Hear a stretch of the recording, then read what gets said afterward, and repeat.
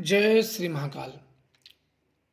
आप सब लोग अदृश्य लोग और गुप्त लोगों की बात चल रही है, जहाँ जितना हो सका उतनी जानकारी जुटाई गई और जितना संभव हो सका आप लोगों को कि आप लोग उसके बारे में जानकारी रखो। अब बात करेंगे महादेव का योगदान का, क्योंकि वहाँ जो चला वहाँ एक ध्वनि चलती है और उन साधुओं में ये रहता है कि जो लोग कामना करते हैं, उन साधुओं का देखा गया, जैसे कि मुझे रसगुल्ला खाने का मन है, तो इसे खाने के बाद मन नहीं भर जाता है, आत्मा तृप्त हो जाती, वो कि जो वो याद करते हैं वो अंदर ही उन्हें मिल जाता है। ये बहुत पेचीदा शब्द है, ज़्यादा जानकारी हम लोग भी इसके बारे में इकट्ठा नहीं कर पाए कि ऐसा क्या है, पर अंदर ही उन्हें वो चीज़ मिल जा रहा है। इसीलिए वर्तमान में ही जी रहे, ना तो भूतकाल में ना तो भविष्य में, वर्तमान में ही जी रहे हैं और आगे का निर्माण वो खुद करते हैं जैसे वो करना हो। और महादेव जो धरती पे या किसी को ज्ञान दिए हैं, सब फ्री में दिए हैं। महादेव और किसी का ऋण उतारना होता है, जैसे कि कोई शक्ति से किसी का काम करो, किसी का कुछ करो, तो उसे बदले में कुछ देना होता है, चाहे भूत हटाओ या प्रेत हटाओ, कुछ हटाओ, उसमें बदले में कुछ देना होता है। पर महादेव जो ज्ञान सबको दिए हैं, उनका ऋण कोई दे रहा है? आप लोग खुद सोच लो। महादेव ही एक ऐसे, इसीलिए उन्हें भोले और भंडारी कहा जाता है। महादेव इसीलिए भोले भंडारी कहे जाते हैं कि उन्होंने सारा ज्ञान धरती वालों के लिए, सबके लिए फ्री खोल रखा है, कोई भी भेदभाव नहीं। वो जितना तप में लीन में पा रहे हैं, जितना उनके पास है वो सब दे रहे हैं, पर हम सब जितना जान पाए ना जान पाए वो हम सब पे निर्भर करता है। महादेव को उस समय देखे हम लोग भी, उनका तो ज्ञान मतलब एक ध्वनि चल रही थी, उनको तो नहीं देखे, शिवलिंग दिखा, उनका अनंत जैसे एक ध्वनि चले, पूरा ब्रह्मांड चल रहा है जैसे ऐसे, मतलब कोई उसमें स्वर जैसे हम लोग बन रहा है कुछ स्वर, और वही सब दिमाग में लड़ते हैं, वो शब्द बन जा रहा है और निरंतर वो चल रही है और ये फैल रहा है, जैसे ध्वनि ये फैल रही है। और सबसे ज्यादा योगदान फिर देखो इंसान, भाई ठीक है काल सर्प दोष है, इतना लगेगा, काल सर्प ये कुंडलिनी है, ऐसे इतना लगेगा वो, पर महादेव जो बोलते हो ना, सबसे बड़ा तंत्र ज्ञाता लोगों के लिए कौन दिया? महादेव ही जी, भगवान महादेव ही दिए हैं। उन्हें क्या चुकाते हो आप लोग? सबसे बड़े गुरु किसे मानते हो? महादेव को। सभी जगह गुरु गुरु नहीं किए जाते हैं बच्चे, गुरु गुरु कहने के बाद गुरु शब्द की कदर चली जाती है, इसलिए गुरु जो हो तुम्हारा उसी को कहो, बाहर सबको नहीं ये मेरा गुरु है, वो भी है वो है। अरे तुम आदमी हो कि राक्षस हो?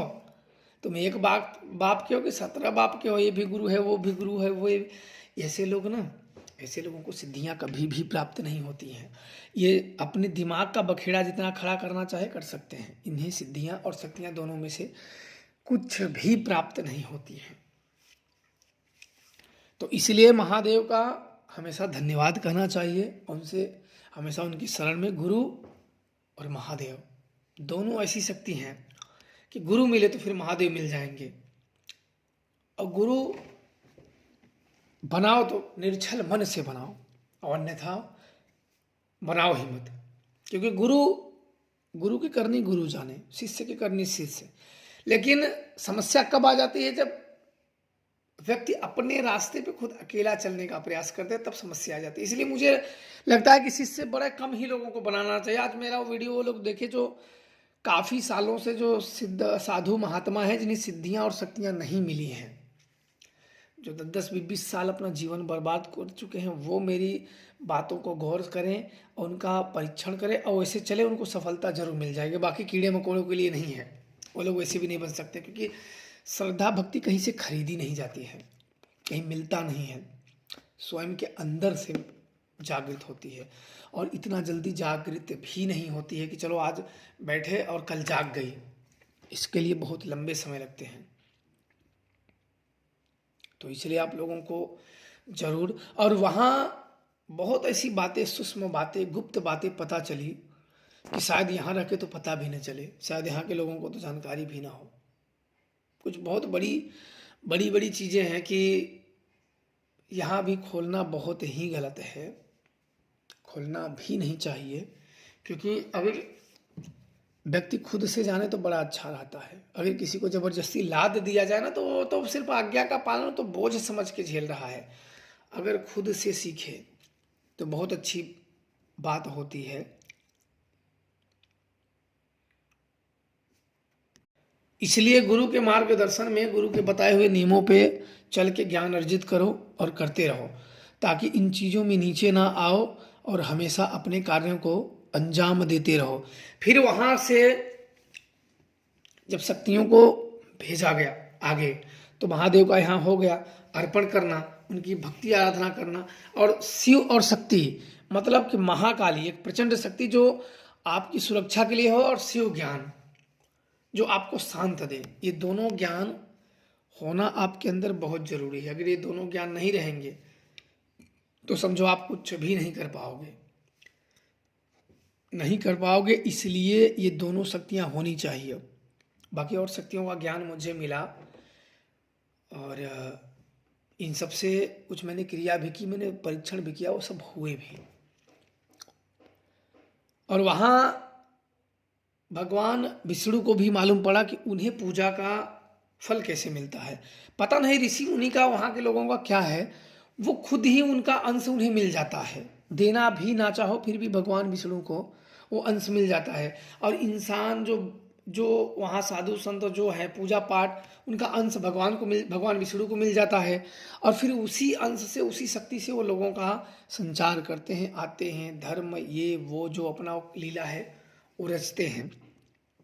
उनको दो तब वो आपकी मदद करेंगे। लेकिन भगवान शिव में ऐसा नहीं है, वो निरंतर बांट रहे हैं, निरंतर बांटे चले जा रहे हैं, निरंतर भगवान शिव दिए चले जा रहे हैं अपने ज्ञान को। पर अब उनका ज्ञान छोड़ के लोग अपना ज्ञान बना दे रहे हैं, इसलिए वो ज्ञान लुप्त होता चला जा रहा है। और इंसान अपने ही पतन का कारण स्वयं ही बनता चला जा रहा है। उसमें किसी का दोष नहीं है, स्वयं ही है। वहाँ देखने के बाद मुझे पता चला इंसान स्वयं से अपनी काल्पनिक कहानियों को गढ़ देता है, और फिर स्वयं ही उसमें उलझ जाता है। बहुत सी ऐसी सब कहानियाँ नहीं, बहुत सी ऐसी कहानियाँ होती हैं जो कि इंसान मनवाने के लिए कुछ भी हद तक जा सकता है। इसलिए अगर ऐसी चीज़ हुई तो स्वयं ही भटक जाता है, मन में सांत्वना नहीं होती है। इसलिए बस महादेव के समर्पण रहोगे तो कभी भी ना तो भटकोगे ना तो गिरोगे। इसलिए वो ज्ञान आपके मन को शांत कर देगा। क्योंकि जो खराब ज्ञान होता है मन को अशांत कर देता है, हमारा चैन हमारा कहीं ना कहीं बैठ जाता है, और अशांत मन से हम कुछ भी नहीं कर सकते हैं। इसलिए मन हमेशा शांत होना चाहिए और ईश्वर की भक्ति में लगे रहना चाहिए, तभी तो कुछ कर सकते हो, अन्यथा नहीं। और ऋषियों ने वहाँ जब साधुओं ने बात हुई कि साधु ने बोला